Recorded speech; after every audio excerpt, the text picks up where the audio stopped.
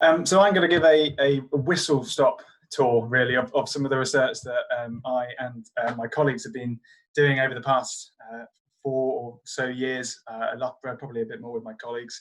I want to show you some evidence that we've got for the influence of pre-meal and pre-exercise cognitions on portion selection and energy intake. So a real broad question is that we wanted to look at is what makes humans eat a specific amount of food at a given meal. And there's been a lot of research that's looked at sort of mid-meal factors, sensory components of the food of the meal, hormone secretion, and other satiety-related physiological markers. But we think there's quite compelling evidence for the role that pre-meal factors in that pre-meal decision-making period has on why someone selects an amount of food and then goes on to consume a specific amount of food. I'm grateful to Jeff for introducing the topic earlier as well. So one of the pre-meal factors that we were really interested in is this association between the food and the meal time at which it's normally associated or normally consumed. So if you think about pasta, which tends to be my go-to food for this, is that if you think of pasta at lunchtime, that would be a food to mealtime congruous association, whereas pasta at breakfast time, for the people in the majority of the UK at least, may be an incongruous association. So we wanted to look at what the effect is of these pre-meal considerations about the food to mealtime association and how that may influence the amount that we choose, the types of foods that we choose, and how much we go on to consume. And we published a few papers in this area, and there's a few under review at the moment.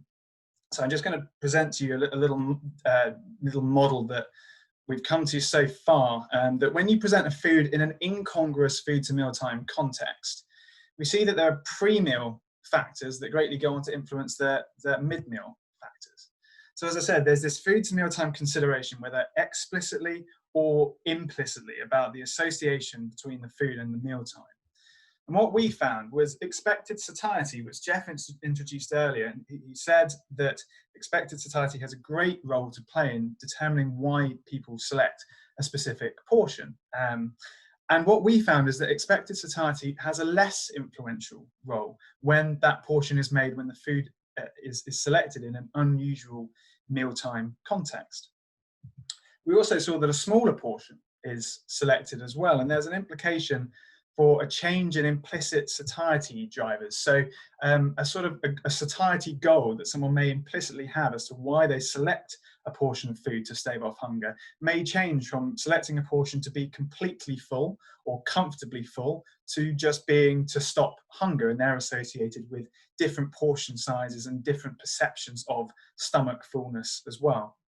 And so what we then found was that the smaller portion that's selected at pre-meal due to those other pre-meal factors leads to a slower eating rate within the meal and subsequently a lower energy intake too. And we found that actually mealtime energy intake within those incongruous food to mealtime context was consistently lower when that was done for 3 days in a row for participants. We've got some post-meal factors that are influenced as well, but I haven't got time to show that today. But the question that we want to look into really next is what's the long-term implication of selecting a food in an unusual context? We know that variety has massively increased over the last 50 years, even more so in more recent times. And we want to know, is there any benefits that we can have of selecting a food in an unusual context for people, either to increase their food intake if you reinforce the food to mealtime association, or in reducing intake if you make the incongruency present, even if not explicitly aware. So that's where we want to sort of go in the future. But just to finish off, I want to introduce another area that I looked at briefly a few years ago that my colleague Asya will talk about in more depth in a few moments' time.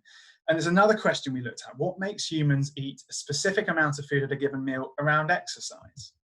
Lots has been looked at in regard to post-exercise consumption, but we were really interested in pre-exercise consumption. What does knowing that you're going to do exercise later in the day do to your food selection before the exercise itself? We've published a paper in Medicine and Science in Sport and Exercise, and I said I'm just going to introduce this to save time and for Asya to go into a little bit more depth. We had 20 participants, who took part in two trials. An exercise trial for 1 hour at 75 to 80% maximum heart rate versus a rest trial where they lay supine for 1 hour. Both were in the late afternoon on different days. And they were told which trial they were going to do before breakfast that morning. And then they consumed ad libitum their food at breakfast, lunch, and dinner in both of those trials. And what we found is that there was no significant difference in the energy intake at dinner, so after the exercise, nor was there a significant difference at breakfast time. But we did see that in the exercise trial, people consumed more food before they were doing the exercise trial compared to when they were doing the rest. And when you see that included within breakfast, there is a significant increase in the food consumed during the exercise trial before exercise as actually undertaken. So I will stop at that point because, as I say, Asya will go into a little bit more detail. But we think there's really quite compelling evidence, as I said, for this influence of the pre-meal, pre-exercise period on understanding why people select portions and how much they go on to consume. Brilliant. Thank you very much, Chris. We'll probably save questions for the end if that's okay. But yeah, that was brilliant. Thank you. Yeah, thank you, Chris. And it was slightly remiss of me when I introduced Eleni. I should have said that Eleni is a research associate at Queen's University, Belfast, and Chris is currently a university teacher at Loughborough University. And next up, we have Pauline Oostrick. I hope I'm pronouncing your name correctly, Pauline. And Pauline is a PhD student at the University of Leeds. Over to you, Pauline. Do you see my screen correctly? Yes. Yeah, you just need to go full screen mode.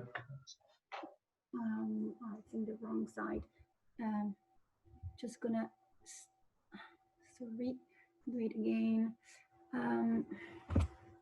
It's going in the wrong computer. Don't worry, Pauline. Take your time.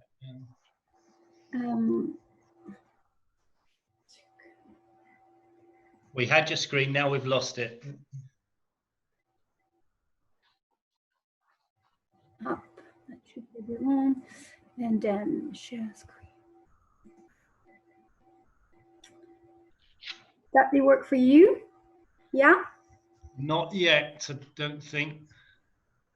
Because I see it on my screen, but do you see it change? Not? No. Oh, sorry for that. Ah, it worked just before. It's always. You should have a green on my computer. It's a green symbol. That looks better. Yeah. Does it work now? Yeah. Yeah. Do you see the full one, the full version? Yes. Yeah. Okay. So I'm just gonna begin.